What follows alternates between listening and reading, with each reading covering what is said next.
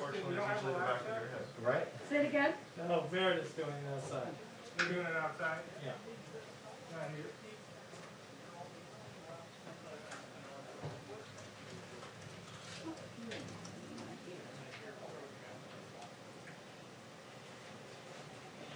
Never here to get light. You know it's hilarious. You come very early. Yeah. You get up, but then of course it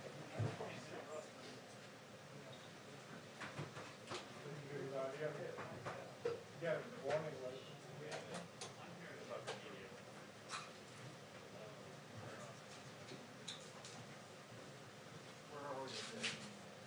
Sure. I don't hear anything. It just went off. Okay. Is anyone talking to me? No. Okay. I don't hear. Hi, everyone. Hello, good afternoon. Good afternoon.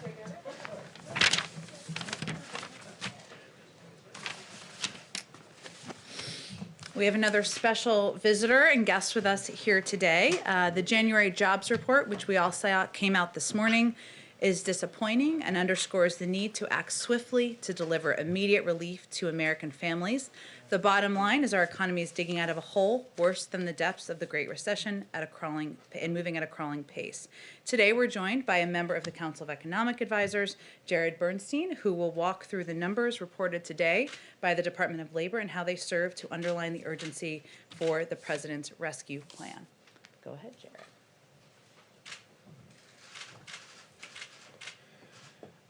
Thanks so much to Jen and the team for helping me be here today. This morning's employment report revealed a stall in the American job creation machine and underscores how precarious a situation our economy is in. The lack of job growth is a result of our failure to act appropriately in response to this immense dual crisis, and our economy and our families can't afford for us to fail to act once again. Strong relief is urgently and quickly needed to control the virus, get vaccine shots in arms, and finally launch a robust, equitable, and racially inclusive recovery. Getting to the numbers of the report, the economy added 49,000 jobs in January after losing 227,000 jobs in December. The three-month trend, I find it useful to smooth out these monthly numbers over a few months, and the three-month trend is a weak 29,000 jobs per month. Downward revisions to the data in November and December totaled 160,000, so those are negative revisions to those months' earlier reports. And the economy, as I mentioned, has averaged 29,000 jobs over the past 3 months. Now, if you compare that to the trend over the prior 3 months, that trend was closer to 1 million. So you see a really very significant downshift in the pace of job creation. This pace is far below the rate necessary to pull us out of the pandemic jobs deficit. There are about 10 million fewer jobs now relative to February. The unemployment rate fell to 6.3%, which still remains almost 3 points above the rate in February 2020 of 3.5% before the pandemic. Over the same period, more than 4 million workers have dropped out of the labor force. If you drop out of the labor force, you're not counted in the unemployment rate. And those dropouts have been disproportionately women. It's clear that there's a need for urgent and sustained action for the duration of this crisis. In January, according to the Bureau of Labor Statistics today, just under 15 million people reported they were, quote, unable to work because their employer closed or lost business due to the pandemic. This number has been about the same since October after falling in the wake of the implementation of the CARES Act from May to September. Long-term unemployment has risen. This is a great concern of the administration, reflecting the duration of the economic crisis and the fact that the virus was unconstrained during most of last year. Almost 40% of the unemployed in January had been so for half a year, 27 weeks or more. This 40%, that's an elevated rate, and it represents a shift from temporary layoffs to permanent unemployment. Workers of color have been more likely to lose their jobs than white workers. In January, the unemployment rate for black workers was 9.2%, and was 8.6% for Hispanic workers compared to 5.7% for whites and 6.6% for Asian workers. While the unemployment rate for men and women is relatively similar, women have left the labor force in numbers that are of great concern to us. The employment rate among what we call prime age workers, women 25 to 54, is down 4 percentage points, 2.6 million women since February. This larger decrease for women is unusual in recessions and likely reflects both the industries that this pandemic has hit, tourism, services, face-to-face industries, leisure and hospitality, restaurants, and increased care responsibilities that have been pulling women out of the labor force.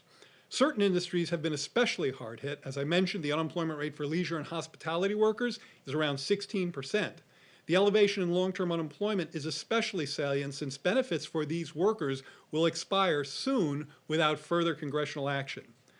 Today's report is yet another reminder that our economy is still climbing out of a hole deeper than that of the Great Recession and needs additional relief to ensure that the pandemic can be brought under control, that families and businesses can stay solvent and make it to the other side of this crisis, and that workers can feed their families and keep a roof over their head.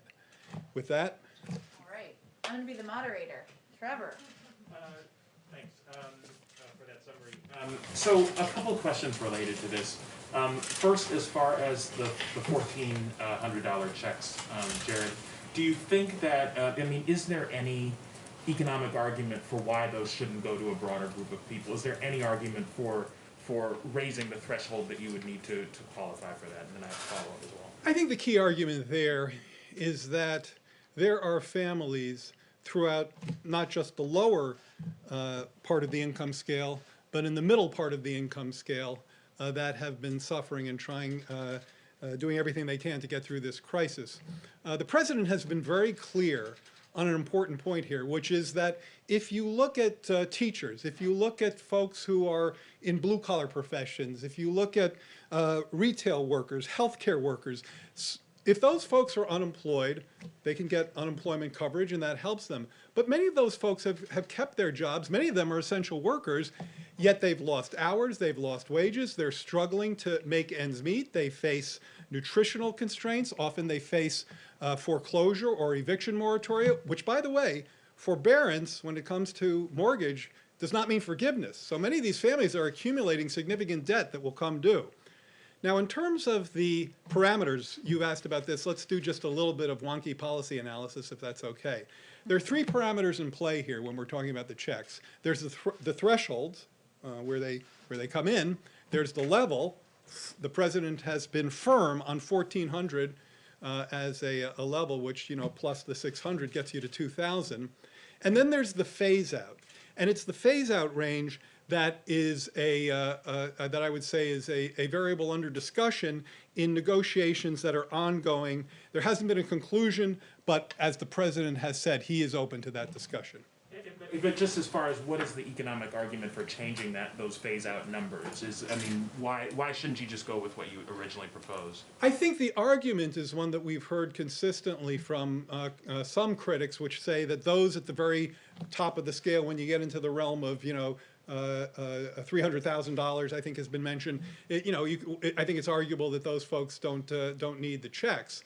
I think what's important to the president is that we don't lose sight of people in the middle of the income scale who continue to struggle with both the health and economic fallout from this crisis. And these checks target them effectively and efficiently. By the way, this is an important thing that comes from some work by the group ITEP, Institute for Taxation and Economic Policy.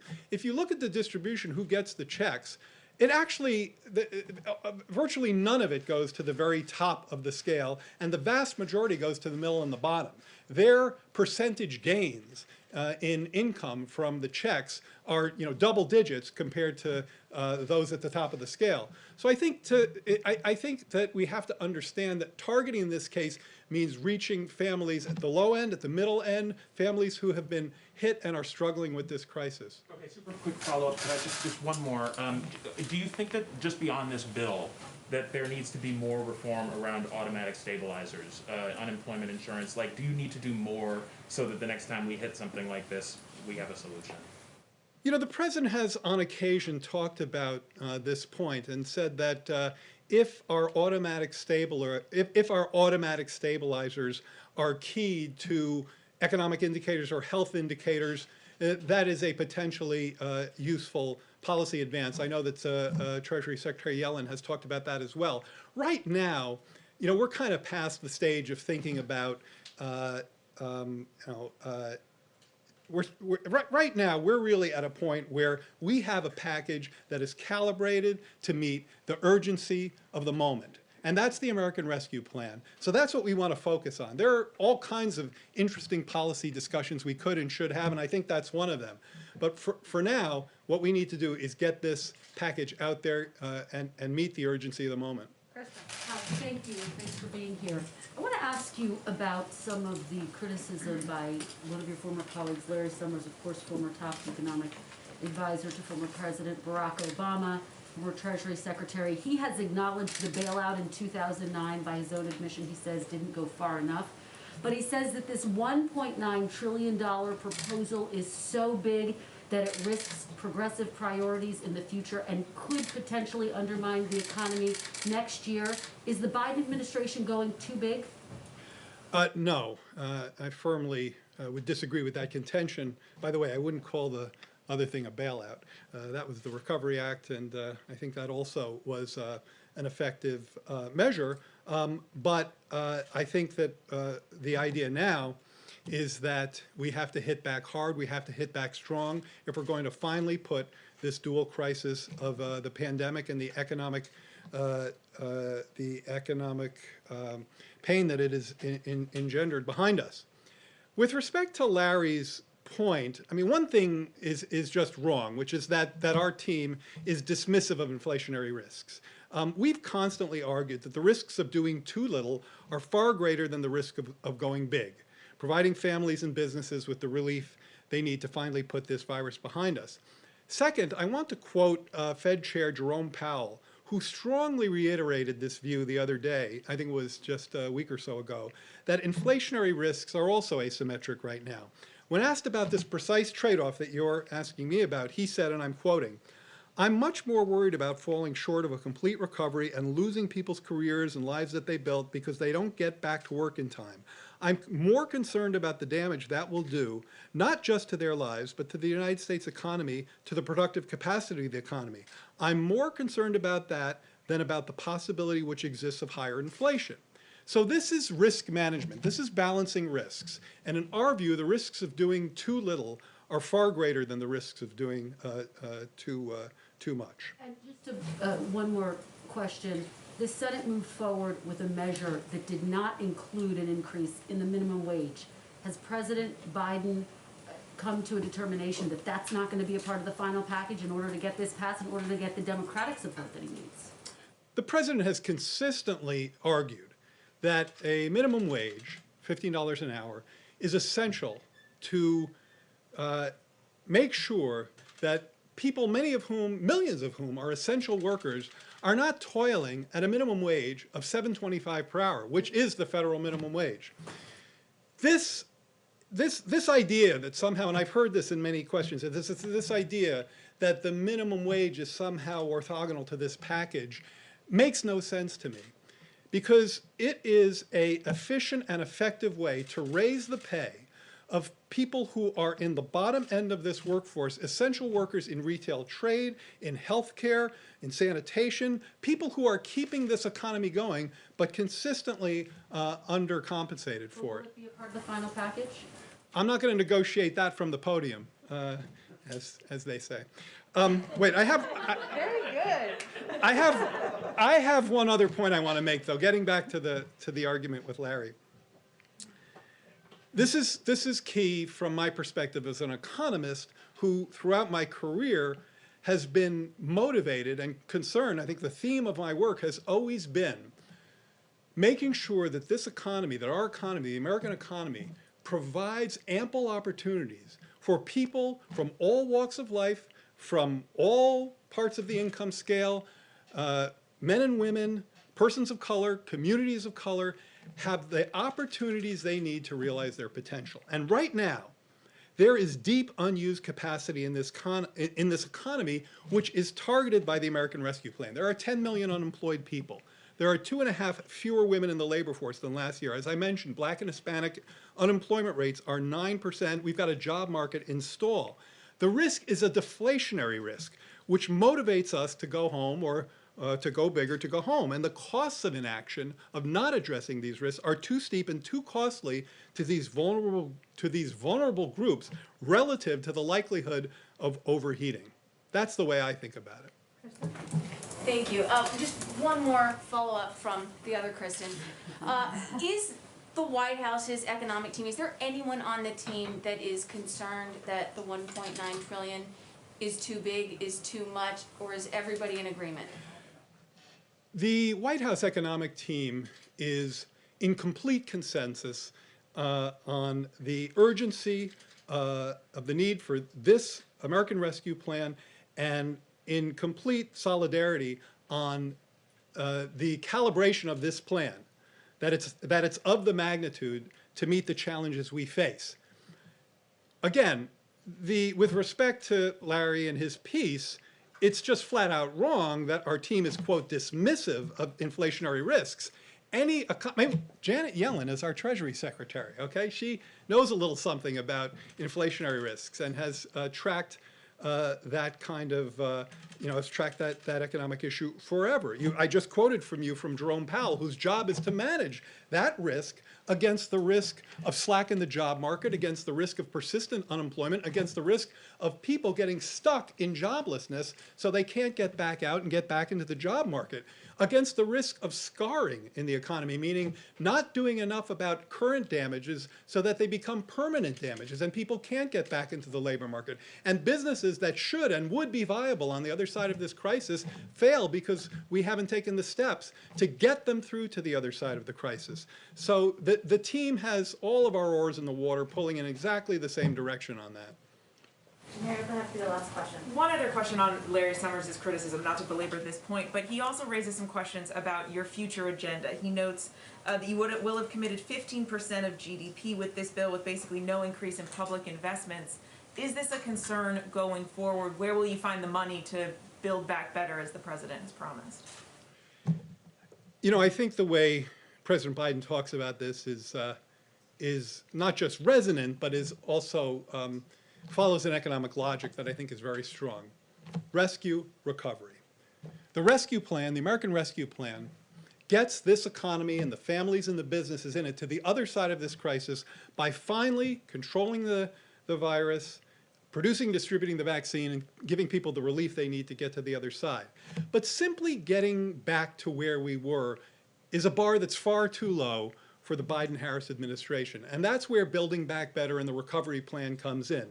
These are structural changes, by the way, many of which, as the president has said, permanent programs should be paid for. So these are structural programs that, not in a cyclical sense, dealing with kind of getting to the other side of the crisis, but deal with the structural challenges we face in climate, in education, in care, in poverty, in racial discrimination. And I am, an infrastructure, I am wholly confident in this president and this administration's ability to go forth and make a strong case for rescue now, get the economy the other side of the crisis, pursue the recovery, the Building Back Better agenda. As I say, I'm confident about that. One point and then I'll stop. Infrastructure, I get asked about this a lot. And the implication kind of the question is that, well, infrastructure is a Democrat thing and you'll have a hard time with that. Let me tell you a little anecdote. I was testifying sometime a year or two ago in the House. And when I finished my testimony, a couple of Republicans, and I won't name them because this was a private moment, pulled me aside and said, hey, Democrat, come here. And they said, we want to do infrastructure, but we can't do it because our boss, President Trump, doesn't have a plan. The plan was really an asterisk.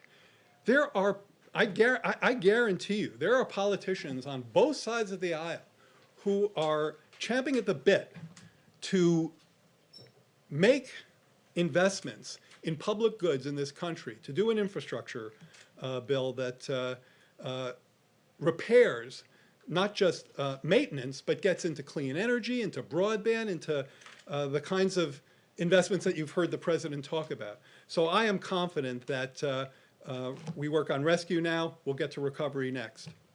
Thank you. Thank you, Jared, so much. Thank you. Thank you. Well, people often ask me what my favorite part of this job is. It's I get to call up Jared Bernstein or Jake Sullivan and talk to them about questions and bring them in here as often as we can, and that's how it should work. I have a couple of items at the top just to go over and update you all on.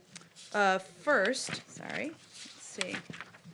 At 3 p.m. this afternoon, Vice President Harris and Secretary of the Treasury Janet Yellen will hold a virtual roundtable with participants from local Black chambers of commerce from across the country to discuss the importance of passing the American Rescue Plan. Local chamber representatives will share on-the-ground experiences during this crisis, ask the Vice President and Secretary questions, and discuss how small businesses in their community are faring right now and what they need. A brief note on the tragic deaths of 2 FBI special agents earlier this week. Acting Attorney General Monty Wilkinson will lead the delegation to both Special Agent Laura Schwarzenberger's memorial service on Saturday and Special Agent Daniel Alphen's memorial service on Sunday. At the request of the President, Homeland Security Advisor Dr. Liz Sherwood Randall will accompany the Acting Attorney General to Sunrise, Florida this weekend to attend both services. Last item, tomorrow the White House, and I have a week ahead. Tomorrow the White House will launch a new effort for the President to regularly communicate directly with the American people. This was a question one of your colleagues asked earlier this week. There is a time-honored tradition in the country of hearing from the President in this way, from FDR's fireside chats to Ronald Reagan establishing the weekly presidential radio address. President Biden will continue that tradition, and we expect it to take on a variety of forms. The inaugural edition will be a conversation between the President and Michelle, who lives in Roseville, California, and lost her job at a startup clothing company because of the pandemic.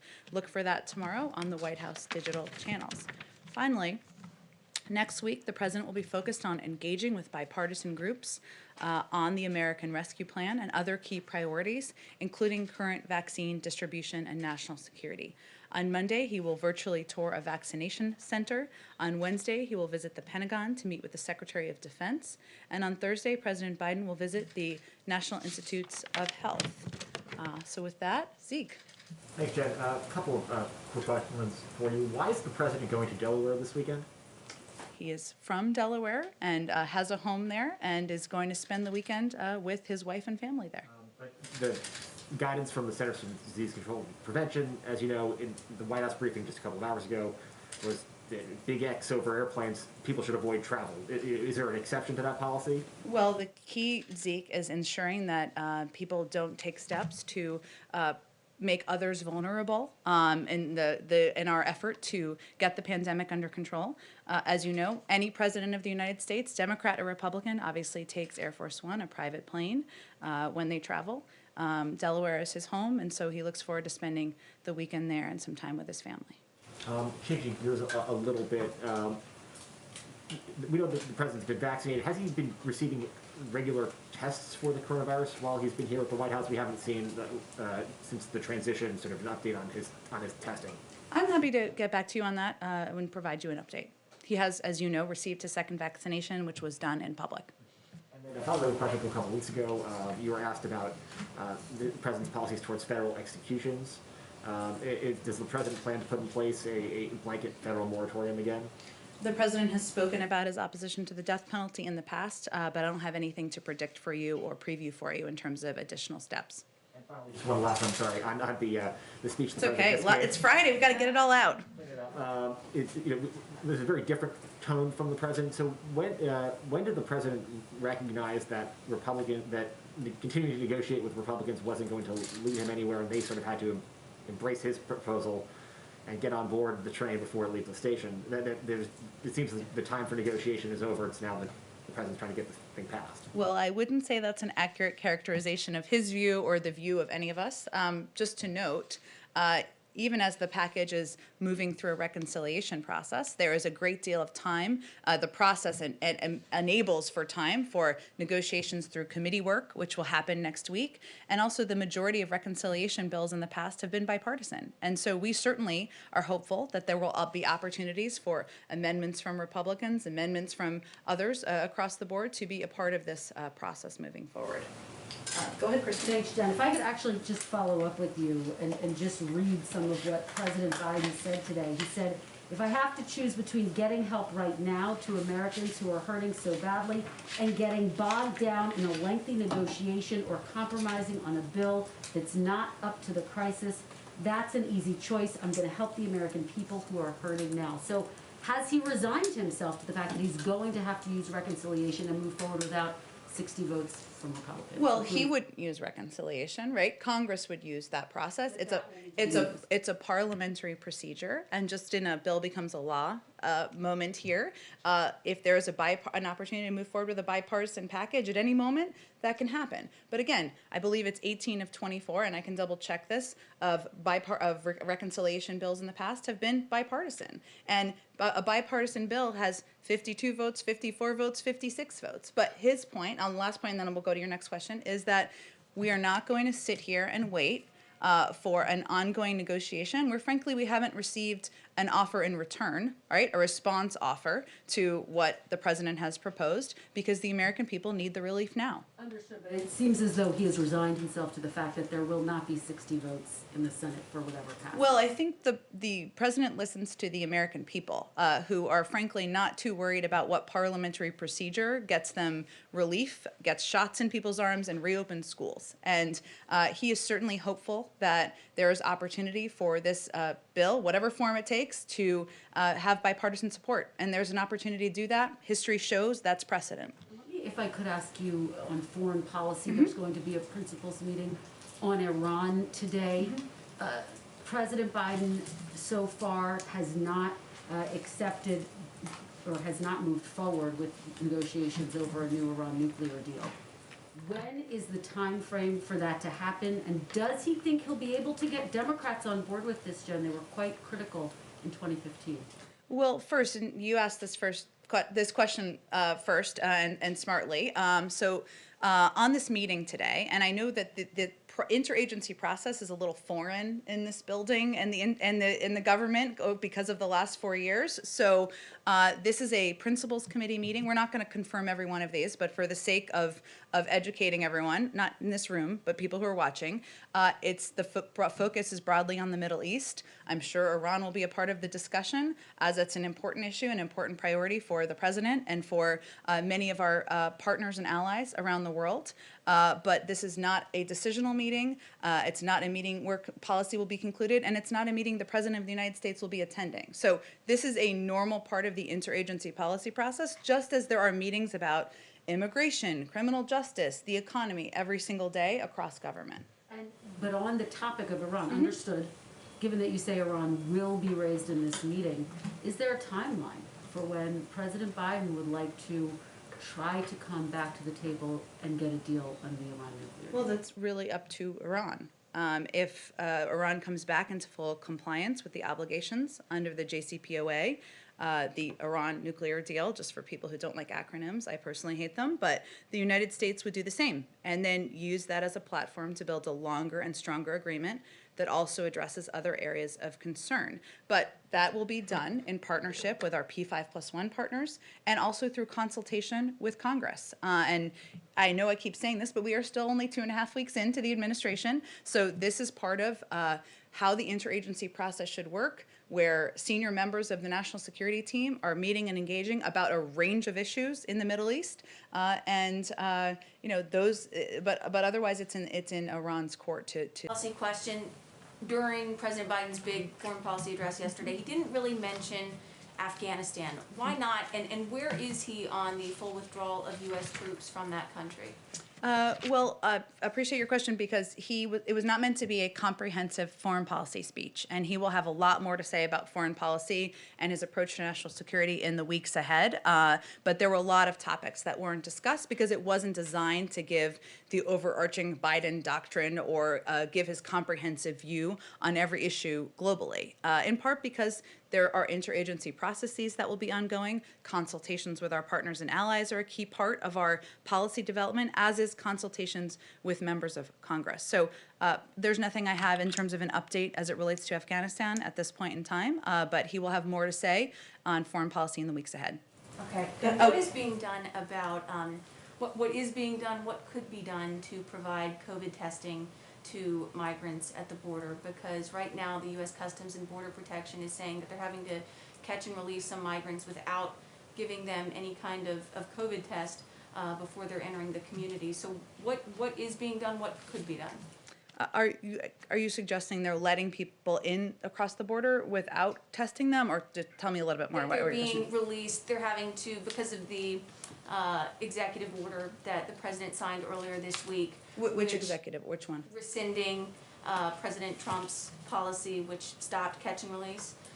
They're saying that they're having to release some migrants into the community before they know for sure that they do not have COVID, and they're worried that it could spread in the community. Is there anything being done at the federal level to make sure that this is not contributing to the spread of coronavirus in this country? Well, certainly the reason we've put in a number of protections in terms of travel and otherwise is to keep the American people safe. But I haven't seen that report. I can't validate the accuracy of it, but I'd certainly point you to the Department of Homeland Security for more specifics about what's happening at the border. Go ahead. Thank you.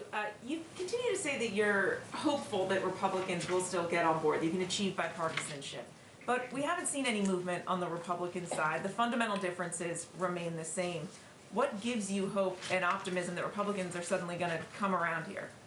Well, I think, one, the vast majority of the American people support this package that would bring relief to American families, that would get shots in the arms of the American people, and would help reopen schools. Those are not Democratic ideals.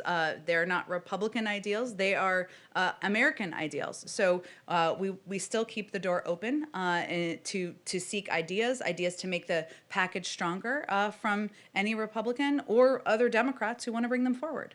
And given the president's remarks earlier and his change of tone, it does seem that he is now okay if this does happen just with Democratic support, despite those hopes and despite his calls for unity. Well, first of all, the president ran on unifying the country and putting forward ideas that would help address the crises we're facing. He didn't run on a promise to unite the Democratic and Republican Party into one party in Washington. This package has the vast majority of support from the American public. This is something that people want. They want to see it pass. They want these checks to get into communities. They want this funding to go to schools. They want more money for vaccine distribution. He is certainly not, I wouldn't draw that conclusion. He is somebody who is keeping the door open. He will remain engaged with Republicans in the days ahead. As you know from covering the Hill, there's still several steps in the process here to move it forward. We saw even some actions last night in Vote-A-Rama, which is my favorite term of the week, where there was bipartisan support for ensuring the checks were targeted. There was bipartisan, I know somebody asked a question about minimum wage earlier. There actually was bipartisan support on that, including from Senator Bernie Sanders, for making sure that it wasn't implemented immediately. There is bipartisan support for helping small businesses. There's disagreement, certainly on the size, but there is a shared view that the American people need relief, and it is our responsibility to keep the door open to any good ideas that come forward. And on the minimum wage, do you feel that this bill is your best shot at getting through a hike? Does it become more difficult going forward if you can't get it done now? I don't want to get ahead of where we are in the process, but the president believes that increasing the minimum wage is something that would help American families, and it is essential to helping people who are struggling, and something that workers certainly deserve. We will leave it to the Democrats and Republicans in Congress to see if this is possible through the parliamentary process of reconciliation. Go ahead, Karen. Jen, to follow up on that and the quote that Kristen read, but I also want to come back to a vaccine question. Sure. The president said, it's an easy choice between getting help to Americans who are hurting or getting bogged down in negotiations. What's his definition of bogged down? What's a timeline looking like? Like, for him, who's been involved in negotiations for many years, what does bogged down mean? It means bogged down. It means it means. What would that be? I'm not going to set a timeline. I understand the desire and interest in that, but urgency means he is pleased to see that members of Congress, that Leader Schumer and that Speaker Pelosi are moving this forward rapidly. That there is fire under the bellies in the bellies of people in Congress to get this package through, move it through the process over the coming days and weeks. But that's up to them on the timeline. He just is going to continue to argue for urgency because the American people, until they know when they're going to get checks, until they know when schools are going to get funding, it's hard for them to plan. We know that there are timelines that are coming up. One, we're at the brink of spending out the package from December. $600 billion of that has already been spent out. And a lot of it is going to be spent out in the coming weeks. There is going to be a need for additional relief in all of these categories, so hence the urgency. But I don't have an exact deadline or due date other than let's keep moving. On vaccines. Sure. We're hearing so much in our reporting about frustration across the country with people who are trying to navigate the system. They're signing up on multiple websites through multiple means to hope to win a lottery and get a vaccine appointment.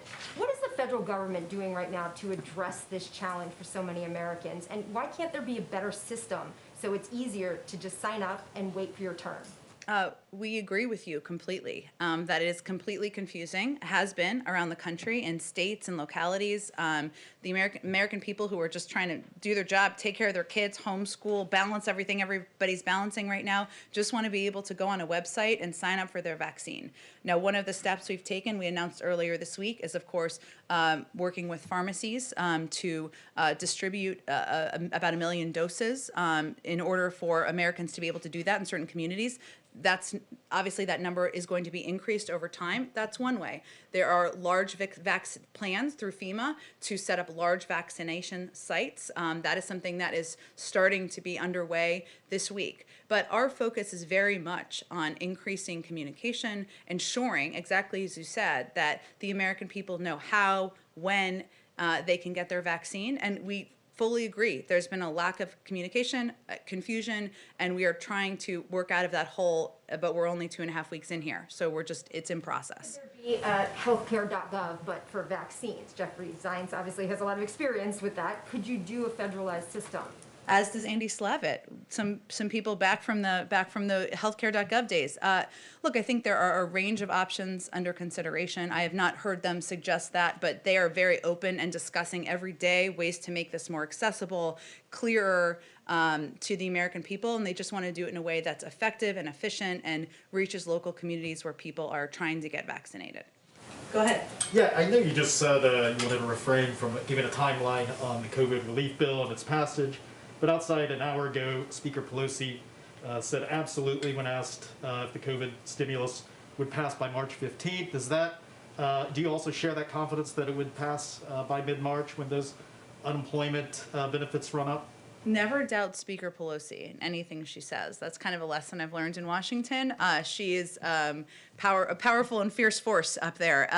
We're not going to set a timeline from here. It is a bill that would be passed by Congress, of course. Speaker Pelosi is, the Speaker of the House, so certainly we would defer to her, and the President looks forward to signing the bill when it comes to his desk. You feel an urgency to get it passed by that date, though?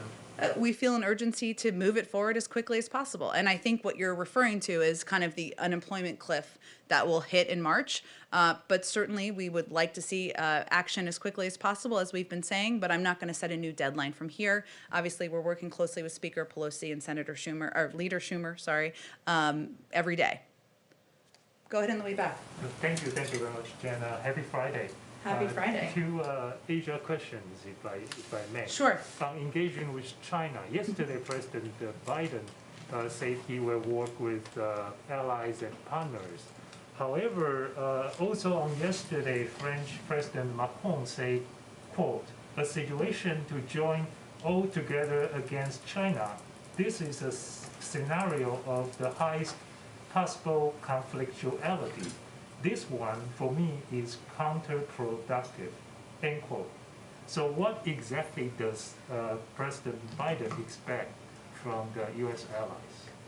From our U.S. allies, well, we are going to work in close consultation, of course, in partnership with our U.S. allies on a range of issues. We talked about Iran a little bit earlier in the briefing. Of course, strategic competition with China is part of that. But I can only really speak for what our policy is here from this White House and the United States.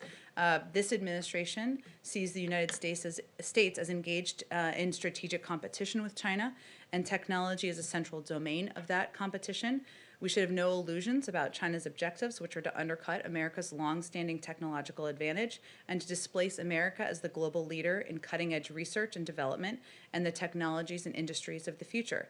The national security and economic consequences of allowing that to happen are simply unacceptable. That's certainly what the president conveys in his conversations with our partners and allies. But this is a major reason why the president is committed to making major investments in science and technology research and development, as well as supply chain security. And we will leverage the full breadth of authorities available to us to protect U.S. national and economic security interests. That's our position here, and obviously he will communicate that to allies and partners as he's having engagements with them. Did you have a second question? Actually, Asian American women actually have the highest jobless rates for the past 6 months.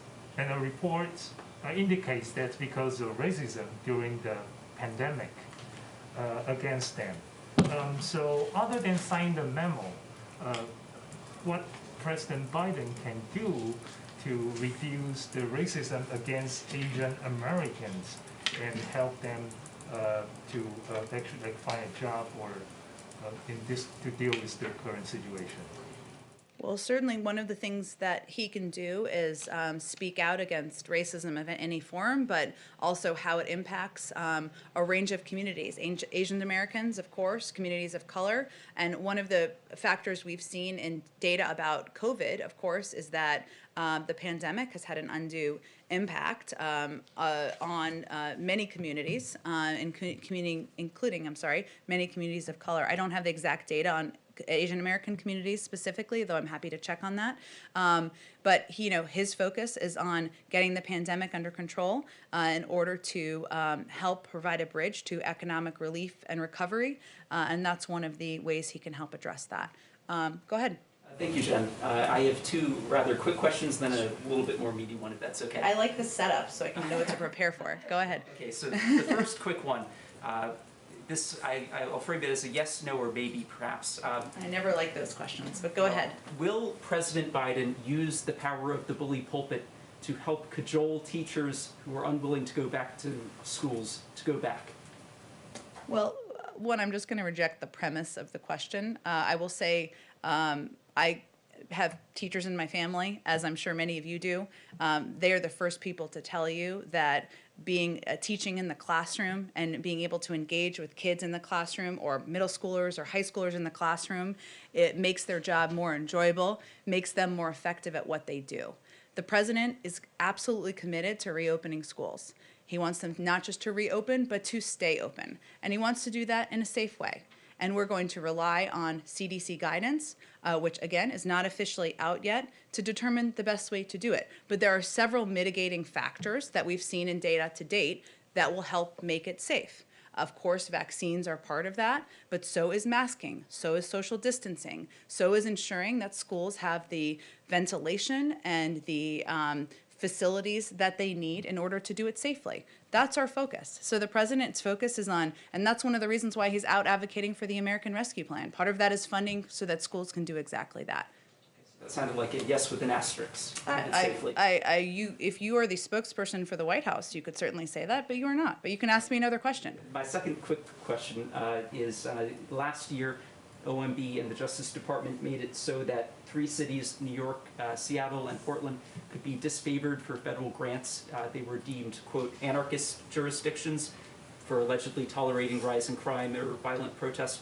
Has the Biden White House decided to reverse those policies disfavoring grants to those 3 cities. This is an OMB action from the Trump administration you're asking about? The Justice Department, yes. Okay, we are a new administration. We, of course, are reviewing a range of policies and charting our own path, but I don't think I'm going to have any comment on policies from a year ago from the prior administration. The third more meaty question, if I could just follow up on a quote from the president in December. He said, quote, "My son, my family will not be involved in any business, any enterprise that is in conflict with or appears to be in conflict with where there's appropriate distance from the presidency and government." Just recently, there were reports that the president's son still owns a 10% stake in a Chinese investment firm formed with state-owned entities. Do you have an update on the divestment from that investment? He has been working to unwind his investment, but I would certainly point you, he's a private citizen, I would point you to him or his lawyers on the outside on any update. Go ahead. Thanks. I have 2 questions. Jared Bernstein was talking about the threshold of the stimulus checks and when they should phase out, and he said people who make over $300,000 or families should not get those checks. We've seen Susan Collins and some other Republicans talk about having the checks phase out to $50,000. What is the White House's position today on when those checks should start to phase out and who should not be eligible for them? There's an ongoing discussion about it, and it is an active discussion. The decision a final conclusion has not been made, as Jared was saying. Those conversations are happening with Democrats and Republicans. And as I said kind of the other day, but it still is the status today, the president is firm on the necessity that people receive, who are eligible, $1,400 checks. He's not movable on that becoming smaller. But there is a discussion, as Jared said, about the phase out and what that looks like. Now, that doesn't mean that somebody making that it's a dead cutoff. It means that it will be phased out to slightly less than that amount at whatever the cutoff is. But those are ongoing discussions, and a final decision hasn't been made. Secondly, there has been a lot of discussion today.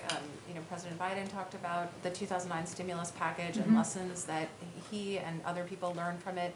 What are some other points of economic crisis that the Obama administration dealt with that President Biden has drawn lessons from? Is it from the auto bailout? There was so much that people were dealing with at that time. What other economic crises did he draw lessons from, and what are those, and how is he applying those to the situation today? Well, I haven't had, it's a very interesting question. I have not had this in-depth discussion with him about the impacts of the Obama administration policies on his thinking.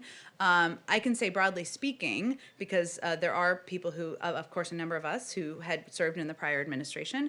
Of course, there are lessons about ensuring we act swiftly when the American people need relief, looking for bipartisan support, which is something certainly the former administration also did.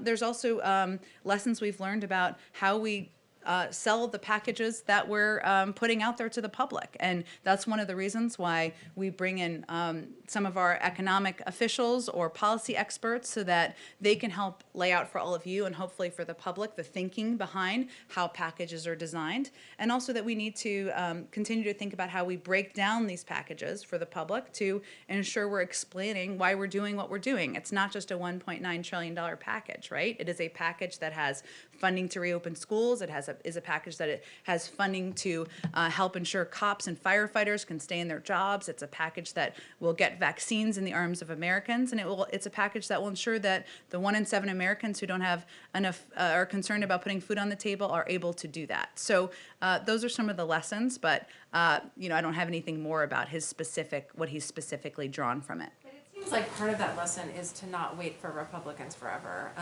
It seems like you want to move quickly.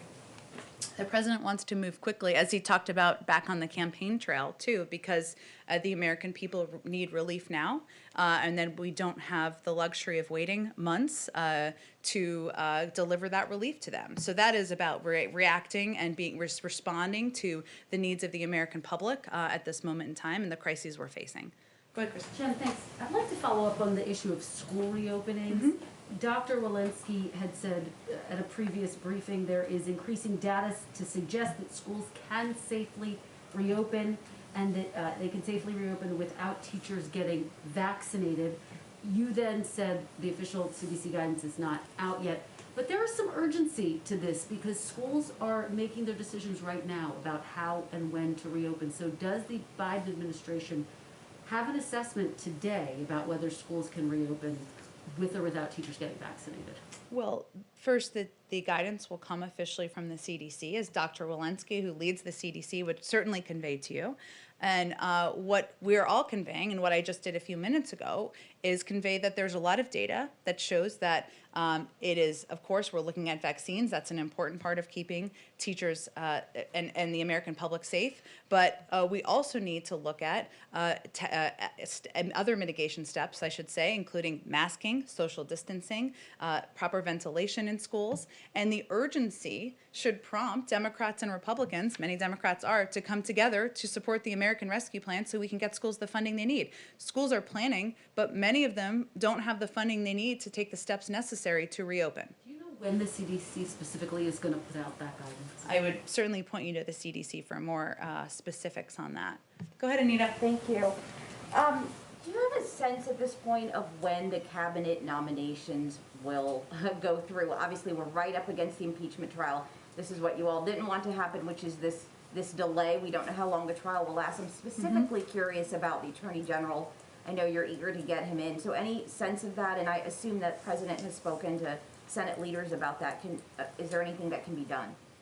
Well, we are certainly hopeful that more of our cabinet nominees can move forward. We have seen a number of them move forward in the last couple of weeks, many with bipartisan support, with bipartisan votes. But you're right that getting the Attorney General through, Merrick Garland, is vital not only to the President, but should be vital to Democrats and Republicans in Congress in order to have a leader at the head of the department who can oversee an independent Justice Department and ongoing effort and review any ongoing efforts or investigations that are happening there.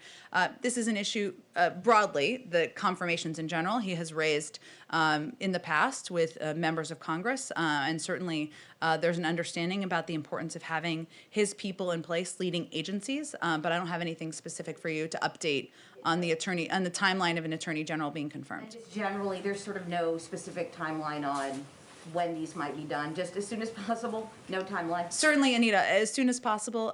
We are confident that the Senate can walk and chew gum at the same time. As you well know, there was a delay in part because of the need to agree on a power sharing agreement. Obviously, we're past that. And certainly, given many of the comments, including from many Senate Republicans about the qualifications of our Attorney General, the President's Attorney General nominee, and the value that I think and hope we all share to have an independent Justice Department, we're certainly hopeful they can move forward as quickly as possible. Really quick housekeeping, excuse me, sorry. Sure, go ahead. About next week. You mentioned a couple things that he's doing next week. One, on the Pentagon visit, should we be expecting speeches like we saw yesterday at these? I think Jake mentioned that he'll be doing a round of visits. So should we be expecting a speech at that event next week? That's a great question. I don't think we're fully cooked yet in the process. Certainly part of his effort is to thank civil servants and members of the military, of course, for the work they do every day protecting the American people. But in terms of what format the event will take, we're not quite there yet in our planning process. The other thing about next week, you mentioned a couple things, but you didn't mention meeting with members of Congress on the bill. I assume some of those meetings are going to happen next week. Can you tell us about any of those specific things? Will they come over here? Or? Well, many of them will be on recess. But he will be engaged, of course, continue to be engaged with members of Congress. Often those come together the day before or the night before, and we will, of course, keep you updated as those engagements happen or are planned for next week. Go ahead. So we know the President's doing an interview before the Super Bowl on Sunday. I mean, I'm guessing that's going to be an opportunity to reach a huge audience with your recovery plan. Mm-hmm. Is that going to be what he's going to use it for? And I guess also I'd like to know how will the President be watching the game and who he'll be rooting for? Who he'll be rooting for? Oh, boy. That's my first way to get hate mail from one part of the country. There's a division among our senior staff, I will admit, on this particular question, but I won't name names. The President will be watching the game in Delaware with his family, of course, his wife, Dr. Biden. In terms of the interview, and as you know, CBS is hosting the Super Bowl this year, and there's a long tradition of networks doing an interview with the President, so that will certainly be part of what you will see on Sunday. He, of course, that the anchor who is doing the interview will ask whatever the anchor wants to ask. That's how these things occur. But his objective is certainly to convey to the American people that he knows this time is difficult. He knows it requires a great deal of sacrifice. He is incredibly grateful to the healthcare workers, to the frontline workers, to people who are working every day to keep us safe. And hopefully he will have the opportunity to reiterate the measures that we can take. Masking, social distancing, of course, ensuring that people are getting the vaccine when they're eligible to get the vaccine, and update the public on his efforts to do exactly that. If I might just ask a second one for a colleague who can't be here because Sure. of COVID restrictions, from Brian Karem of Playboy. I mean, we saw a break with Saudi policy yesterday in the Middle East, so will the Biden administration openly condemn or implement sanctions against the Saudi government for the death of Washington Post writer Jamal Khashoggi? So first let me say and reiterate that murder of Jamal Khashoggi was a horrific crime. We are prepared to release an unclassified report with full transparency for Congress. This is the law, and we'll follow the law. Of course, the Office of the Director of National Intelligence would have further details, and I would refer you to them for additional specifics. We, of course, expect Saudi Arabia to improve its record on human rights. That includes releasing political prisoners, such as women's rights advocates for Saudi jails. We're encouraged by the release yesterday of 2 dual national American Saudi citizens. We hope to see further progress over the next coming months. And as noted in a couple of areas we've talked about, there's an ongoing review, of course, of our policies. You saw the president make an announcement yesterday about our engagement in Yemen, which of course is directly connected. But again, there'll be ongoing discussions and reviews by our national security team. I don't have any policy decisions to read out for you or predict for you at this point in time. Go ahead in the back. Thanks, Jen. And I have 2 questions as well. Sure. And keeping with the economic theme of the day, my first question. Given the most recent job numbers and the continued unemployment and what you had to say today about particularly how minority communities have been affected, is this the right time to increase the number of refugees coming into the country and to also ease immigration and border restrictions? Well, the president fundamentally believes that having a humane and moral immigration system in place strengthens our country, strengthens our economy, and many business leaders across the country have said exactly the same thing. The most powerful step that can be taken now is to pass the American Rescue Plan, because that is a step that economists across the board have said would help expedite economic recovery, help expedite getting people back to work. And without it, we will be years behind, according to a lot of economic data, where we need to be. And then from the public health aspect of it, considering the coronavirus numbers are still where they are, the president has enacted more restrictions on travel restrictions, including South Africa. How does that play into it with his immigration and refugee policy? Sorry, I'm not sure I'm understanding your question. Well, I mean, considering the coronavirus numbers where they are and that we're doing more restrictions on travel, does that not also then affect refugee policy and immigration, bringing more people into the country, sort of following up on Kristen's? Well, the refugee policy is increasing the cap. It doesn't change what our travel restrictions or our travel policies are. And of course, those are put in place to keep the American people safe. But those are not meant to do anything other than take necessary steps at this moment in time based on the advice of health and medical experts on where we need to restrict travel from. Obviously, when it's safe to undo those restrictions, our health and medical team will advise us on exactly that. And then my second question, this is going to the Pentagon. This week, the Secretary of Defense announced a stand down for the military to discuss extremism and extremist ideology. Why would the military need to stand down from enemies foreign and abroad to have these discussions. Well, my bet is that Secretary Austin and my friend John Kirby would disagree with your assessment there, but the president has tasked an overview and a review of domestic violent extremism in the country. That's coming directly from him, happening in the White House. I know that my friend John Kirby has a briefing later this afternoon, and I'd certainly encourage people to ask them more about those plans. Just to further on that, Jake Sullivan mentioned the focus on domestic terrorism yesterday from this administration. I think a lot of people want to know, how does this administration define the term domestic terrorist? In what way? Well, does that include Antifa specifically? How do you set those parameters for domestic terrorists, especially as we see, a lot of focus on the January 6th, maybe not as much focus on some of the extremism and violence in the Northwest? Well, I've answered a version of this question a couple times before, but I know everybody's not in the briefing room every day. The reason we have the review, which is not a political review, but is a review done by our national security team, something tasked, again, to take a review of domestic violent extremism. We'll cover incidents across the board. When they have concluded that review, I'm sure they'll have more to say on it. Okay, go ahead, Trevor. I think I've been skipping you unintentionally, I'm sorry. Just one quick foreign policy question. Just talking about Iran and China and the need to have allies that are willing to go into those kind of thorny issues with you. There's been some reporting that the EU commissioner is going to have a phone call with President Biden and propose a 6-month truce on trade tariffs. And I'm just wondering if he's open to that and whether that would give you a united front going into some of these issues. I know there's a lot of interest in trade tariffs, and that's also under review now.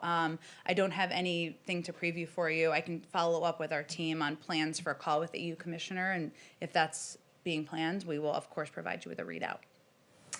Go ahead. Yeah, following up on the several questions about school reopenings, does the White House believe, schools are contemplating this right now, whether to go back and reopen their schools.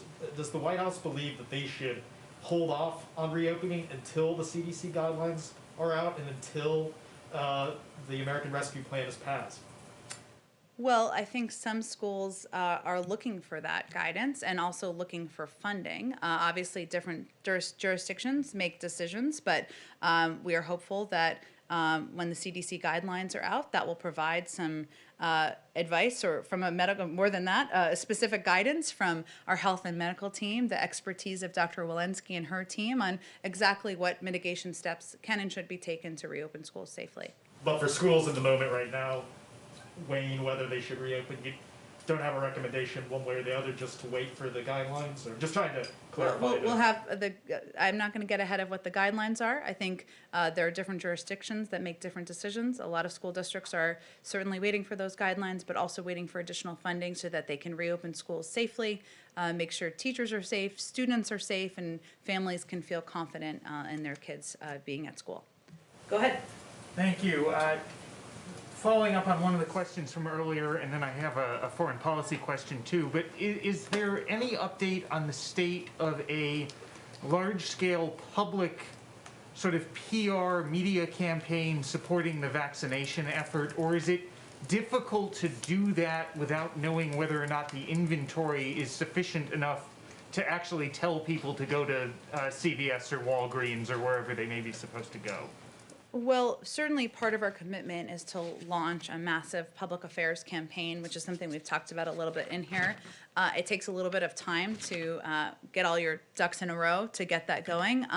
But part of what we're also trying to do is utilize our experts to be out there publicly, do these briefings 3 times a week to, as Karen was asking about earlier, provide more accurate and clear information to governors so that they can also communicate with communities, empower local medical experts and doctors so that they can communicate more clearly with their communities, which are some of the most trusted sources. We've had a lot of officials out on local television, doing local television interviews. So even as we're preparing for more of a widespread, or broad scale, I should say, public campaign, we've also had a number of members of our team doing everything we can to communicate effectively and efficiently on this particular issue. And the foreign policy question, sometime overnight during the vote-a-rama in the Senate, there was a... You just wanted to use that word, I know it.